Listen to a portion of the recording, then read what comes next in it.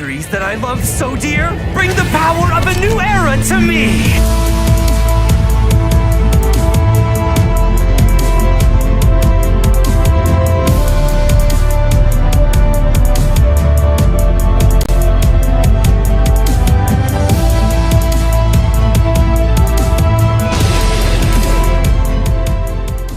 What's going on, guys? It's Takeaway here for Team Cardfight United, and today I'm coming at you again with another one of the bargain bin budget deck profiles, because I mean, like, ain't nobody got money.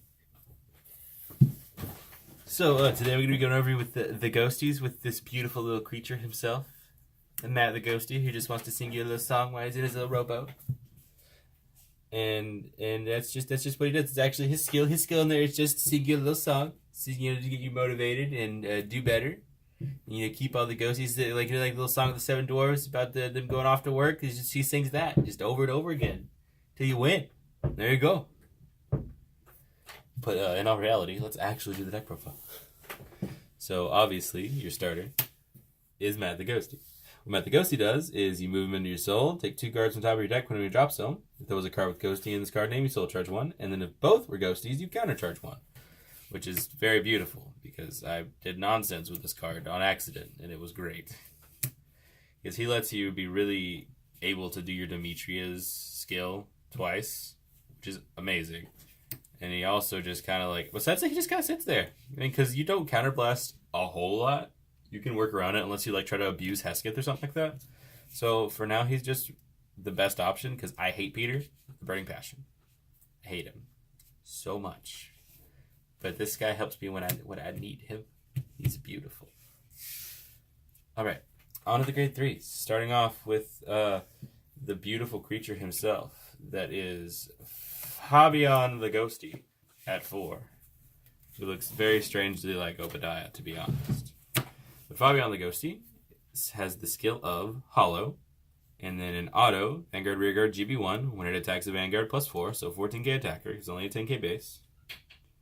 Then Counterblast 1, when it's put into your drop zone from your deck, you can pay the cost to call it to open Rearguard as Hollow. So basically with Obadiah, he and another grade 2 in here turn Obadiah into a card that can actually like make a board. Because you just send him and then the other guy to your drop zone. And then you have 2 units that just came out on Obadiah turn, which is pretty beautiful. He's also a 4 mostly just because this is pure Ghosties. Like, every card in this deck is actually a Ghostie, and it's majestic. The only card in here that's not an actual ghost would be this one, the main grade 3. Ghostie leader Demetria, who has to be the most defensive piece of crap in all of Grand Blue. Which is what this deck is, by the way. Defensive Grand Blue. I don't know how I feel about it, but I love playing it. So there's that. Okay, so what Demetria does is whenever your rear guard's retired, you can choose a normal unit with a grade less than that unit, and has Ghostie in its card name for your drop zone, and you can call it to rear. If you do, you lose that ability. I'll show you towards the end of the video what you can combo this with, because all of the cards kind of work off the skill. Because there's so many cards that have defensive abilities on top of offensive abilities going on at the same time. It's pretty great. She also, like I was talking about with Matt, has a skill of on place, Soul Blast 2 Ghosts. Not Ghosties, Ghosts. That little tiny little word right there. She's a demon, though. I mean, obviously, look, she's very scary and demonic. Her lollipop even has horns. That's how you know. I hit myself. It'll be okay. But basically, when you pay the cost of Soul Blast 2 Ghost, when it's placed on Vanguard, you reveal cards from the top of your deck until a grade 1 is revealed. Choose that grade 1 with Ghostie in its card name. Put it in your hand and put the rest into the drop zone. That's really weird, because if you go and you do that and you get a grade 1 that's not a Ghostie, you have to make the skill go off anyway, so you don't get anything in your hand and everything just goes to drop. So that's why you don't run not grade 1 Ghosties in this deck, because it'll just mess you up. So this is really good for 1, filling up your drop zone for skills that you need a certain amount of cards in drop zone, like the best grade 2. That's literally Negro Rook, but better. But it also grabs you either a Stride Fodder, which if you'll watch some of the videos we did where I played this deck, I show this up very well. You can get Stride Fodders and Perfect Guards very much when you need them. And now let's move on to the grade 2s. 4 copies of the Ghost of Negro Rook. which is Clemmy the Ghostie. This has to be one of the best Ghosties in existence. No, this is the best Ghostie in existence. Clemmy's skill is continuous during your turn. The number of cards in your drop zone is 5 or more, it gets +2. Then the number of cards in your drop zone with Ghostie and their card name is 10 or more, which they will be, it gets +5. That's the same boost as Negro Rook. So it's literally just Negro Rook, 16. He has a secondary skill. If the number of cards in your drop zone with Ghostie and the card name is 10 or more, gets +5,000 shield. So Negro Rook numbers on attack with 10k intercept and from hand. This card's from 10k from hand too, not just on intercept. And it also at the same time doesn't go away like Negro Rook. You keep it the whole time. Doesn't go anywhere. It just stays there. So that's pretty beautiful. And then another one that is the one that you can abuse if you do it right, but if you do it wrong, you just cry. Hesketh. Hesketh's skill is when it's placed on rear guard, it gets +3,000 power at the end of the turn, but if the number of Ghosties in your drop zone is 3 or less, you rest himself. He has a secondary skill of once per turn on rear guard, counterblast 1, put the top card of your deck into your drop zone. If it's a Ghostie, stand him and give him another +3. So he becomes, in the early game, you use him to start to fill up your drop zone a little bit, and to make him still a 15k attacker when your opponent's on grade 2, usually. So it's pretty beautiful at that point. Because then you're getting really nice numbers for just the purpose of doing what the deck does in general, filling up your drop zone. So that's pretty nice. So you run that at 4. And then 3 copies of our last grade 2, being the first grade higher than 0 Ghostie that we had. I'm pretty sure. I could be wrong though. Maybe the Stride Fodder was first. Yeah, the Stride Fodder was probably first. But when it's put in the drop zone from your deck, you can pay the cost of counterblast 1 to call it to open rear. So this is the other one I was talking about that went along with Fabian that you can use with Obadiah. And a lot of people don't like using this because he's an 8k and he doesn't gain any extra power. He has the same skill as Fabian without the extra power, except for one thing. 1, he's a grade 2, so he can intercept, and 2, he doesn't call himself hollow. And the way this deck works is really defensive, so basically you can turn that into getting something on the board to attack with just in general, while at the same time having something to intercept with so you can increase your defense. Because most of your defense is coming from your board instead of your hand. So that's actually really important. Now onto the grade 1s. Speaking of defense coming from your board instead of your hand, we have 4 copies of Quincy the Ghostie. Quincy the Ghostie's skill is from drop zone. Counterblast 1, or choose a grade 0 rear guard and put it on the bottom of your deck, which does include triggers, to call this to an open rear guard. I never really used this skill, but I can see how it'd be useful. Let's say if you have something like your starter still on the board, and you know you're not going to be using it anytime soon, you can just throw it at the bottom of your deck for a counterblast, call this back out, and have him for his second skill to use during your upcoming turn. And its skill is, retire it when your Vanguard with Ghostie and his card name is attacked. If you do, choose one of your Vanguards and it gets +5 to the end of battle. So basically, he's a glorified back row interceptor. Which, when I say it like that, sounds bad, but it's actually beautiful. Because if you just have 2 of these in your back row, you have an extra 10k to guard with that you wouldn't have otherwise. And it's absolutely great. And because it says retire, you can actually play off of it if your mat's in the drop zone and get your mat back out for literally free. Your mat just goes, I'm back. And then there you go. You're just a happy camper because Mac's back singing you more songs. That's all you need. Next up is Jackie the Ghostie, who I've not been using much lately, but I used when I first built the deck, so I don't know what's going on with it.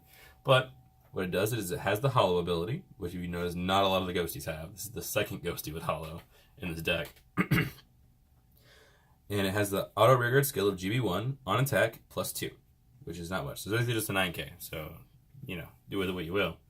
But along with that, it also has the skill of if it's hollowed, it gets +2,000 in intercept. Which, and a lot of people will be like, well, why would you need +2,000 in intercept? Well, the +2,000 is so you can make it an 11k attacker if you need to call it as an attacker. And the intercept part is if you combo it, like I'm going to show you at the end of the video, with certain cards, you can use it to intercept within your opponent's turn for, once again, more cards just to guard with for free because Ghosties are dumb. Defensive Grand Blue makes no sense, but it's fun. Now, just the obvious 3, Tommy the Ghostie Brothers Stride Fodder. That's great that the Stride Fodder is a Ghostie, so you can easily grab that with Demetria's skill. 4 copies of Freddy the Ghostie, once again for the same reason of it's a Ghostie, and you can grab it with Demetria's skill.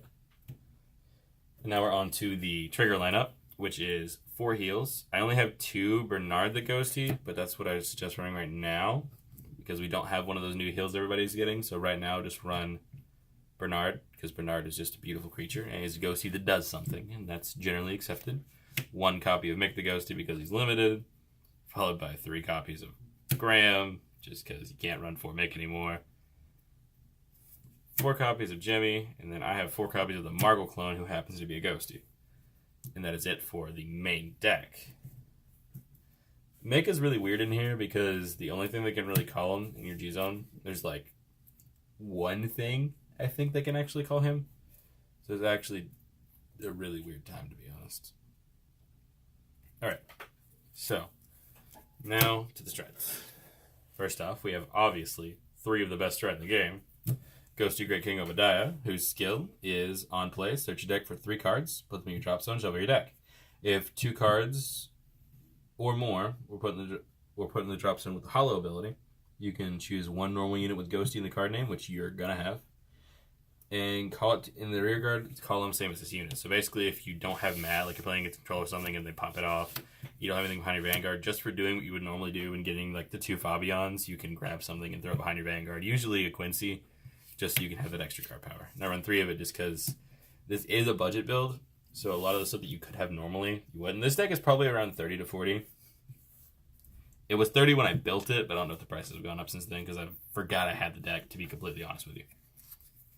Alright, next up we have 1 copy of Jumble Dragon. I suggest running more copies of Jumble Dragon because 1, he's like dirt cheap, and 2, he's just really good in the deck. So what he does is on plays, top 4 cards from top of your deck to your drop zone, and the unit gets plus 5,000 for each normal unit that was put in the drop zone till end of turn. If 2 or more trigger units are put in your drop zone, choose a card from your drop zone and call it a rear. So basically what happens is you mill, which is putting more Ghosties in your drop zone, which you enjoy, has a chance to make Carl and Fabian go off to call. And if you just get 2 triggers in your drop zone, which normally you would hate doing, you get a free call off of it that doesn't cost you anything. And then any normal unit that goes in there is an extra plus 5 to your Vanguard. And the only card besides this that gets power to itself in Gramblue that's a Vanguard, like a Stride, would be Mari. No one really uses Mari anymore, so that's very good. But on that same note, 2 Maris. Because, I mean, like, it's budget. So why not play stuff nobody's going to expect you to use? Mari's skill is really simple, though. It's just counterblast 1. Choose another Mari, turn it face up. Choose a card from your hand, discard it. Choose the same number of normal units from your drop zone as the number of face up cards, name Mari in your G zone. And as long as the sum of their grades is 4 or less, you can call them separately to rear guards and increase that unit's power by the sum of the original power of those units. Call this effect. So basically, you just do this. You only have 1 copy right now. You can run 4. I thought I had 4. You only get to use it once because you just have 1 and then 1 to flip up. So you would usually just call something like your Negro Rook clone, quote unquote, just to give you another attacker to come out really easy and get this to have an extra 9k boost for just existing. So that's very enjoyable. This is probably what you would replace for 2 more Jumble Dragons if you wanted to add that many more Jumble Dragons. It's very acceptable. 2 copies of this being Night Rose, just because of the fact that it's dirt cheap, being like $5 maximum. When I bought them, they were like $30 a piece, which makes me sad because Negro Songer made these really, really cheap. But what Night Rose does is on attack, GB2, counterblast 2, choose a face down Night Rose and turn it face up. And then when it attacks a Vanguard, you can pay the cost to choose 2 cards from your drop zone and call them to separate rear in different rows. So basically, you basically just get to call them out. So the best thing to do with that is usually, this is the one thing that can grab Mick. So if you grab him and Mick, you have like a 30k column just because you can. So it's pretty nice. Because multi-attacking is always great, especially when you can hit numbers like that really easy. There's also, this deck isn't entirely complete because, like I said, I need more Tumble Dragons and stuff. So right now I'm having to run 1 Blizza. Blizza's the obvious on attack. Counts 1, unflip something in your G zone, plus 5 for every face something in your G zone. So it's not bad, just to hold a place. But I just didn't want to put anything that was too expensive in here, like I had in my actual Granblue deck. Also throwing this in here, this card was like $4 right now, being the Granblue GB8. And since you are playing a defensive deck, it's not that hard for you to last long enough to get a GB8. And what this does is just Generation Break 8, when it's placed on Vanguard, choose 5 cards from your drop zone, call them a separate rear, and they all get 10,000. But at the end of the turn, they retire. So it's literally just a free, get a big board, and it's going to hit really hard. Also, because I'm running out of space, I have 6 G guards, just to give you options, which isn't bad. So, obviously, we have Deep Corpse, which is just mill 2 plus 5.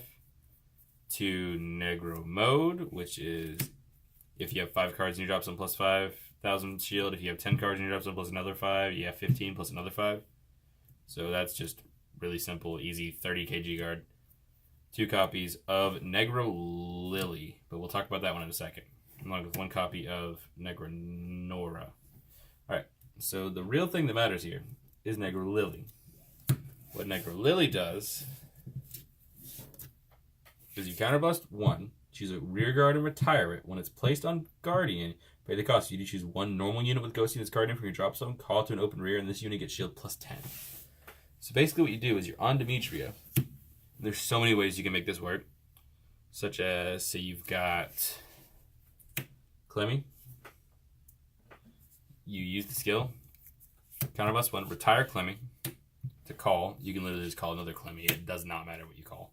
Demetria's other skill kicks off, where she calls another ghostie that's a grade lower than the one that just died. So you grab either a Jackie to intercept, or a Quincy to do its magical little intercepty thingy. And you literally just played off that and got all this card power. Just because this is a 10k interceptor, that'd be another 5, and this just got plus 10.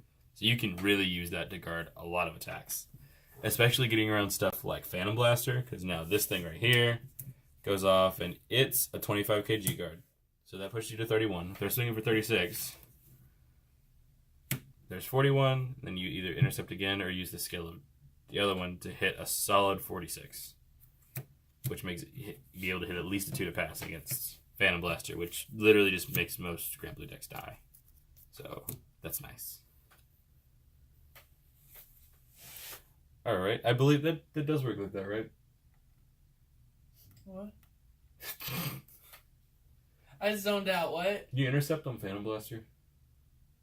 Because you're not calling, you're moving. Yes, you can intercept on Phantom Blaster, yeah. That's what I thought. Well, I hope you enjoy. If you want to see this deck get tested out, very poorly the first game, but it'll be fun.